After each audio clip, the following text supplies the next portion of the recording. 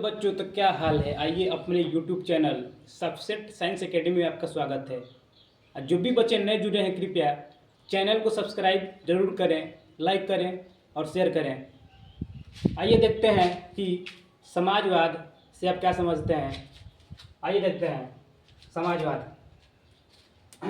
मान लीजिए ये सरकार है, ठीक, सरकार, ये सरकार है, ठीक, और ये दोनों समाज है लोग, ठीक है, समाज, समाज। ये फैक्ट्री है, ये संसाधन है, और ये मान लीजिए कोई एक व्यक्ति है।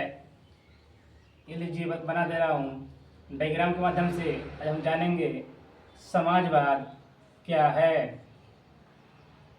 देख लीजिए, आपको दिखा दे रहा हूँ समाजवाद क्या है एकदम डायग्राम के माध्यम से। देश के, मानिए, सुनिए, देश के फैक्ट्री हो या कोई संसाधन हो या देश का पैसा हो, उस पे केवल एक व्यक्ति के, ये एक व्यक्ति है, एक व्यक्ति के पास हक ना होकर पूरे समाज और सरकार का हक होता है, उसे हम समाजवाद कहते हैं। देश के फैक्ट्री हो या पैसा या संसाधन पे एक व्यक्ति के पास हक ना होकर पूरे समाज और सरकार का हक होता है, उसे हम समाजवाद कहते हैं। आया समझ में?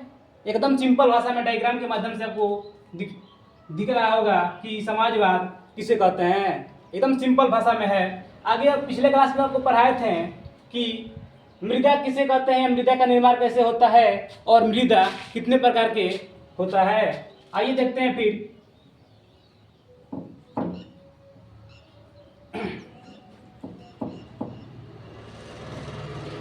आपको पिछले क्लास में पढ़ाए थे कि मृदा 6 प्रकार के होता है। अगर पूछ दे एग्जाम में भारत में लगभग मृदा कितने प्रकार के होते हैं, तो भारत में लगभग मृदा 6 प्रकार के होते हैं। आपको हम बताए थे ट्रिक के माध्यम से, जो आपको याद होगा। आइए अगला क्वेश्चन देखते हैं। जलोढ़ मृदा, पहला जलोढ़ मृदा।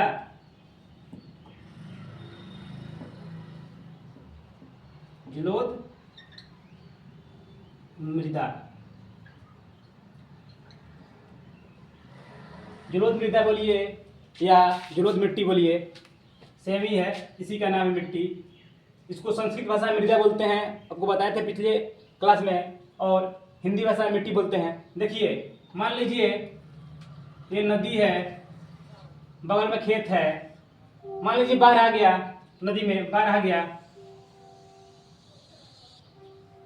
ये नदी है, ये खेत है, बाढ़ हो गया। तो सुनिए, बाढ़ आएगा तो मिट्टी भी, अगर नदी बहेगी तो मिट्टी उसके साथ आएगा ना, आएगा मिट्टी भी। तो नदियों द्वारा बहाकर लाई गई, नदियों के द्वारा बहाकर लाई गई मिट्टी को क्या कहेंगे? जलोढ़ मिट्टी। नदियों के द्वारा बहाकर लाई गई मिट्टी को जलोढ़ मिट्टी कहते हैं, एकदम सिंपल भाषा में। और देखिए, जो जलोढ़ मिट्टी है ना, ये 2 प्रकार की होती है। जो जलोढ़ मिट्टी है ये 2 प्रकार की होती है। कौन कौन? देखिए, एक होता है खादर, खादर मिट्टी, खादर मिट्टी, और दूसरा होता है बांगर मिट्टी, बांगर मिट्टी।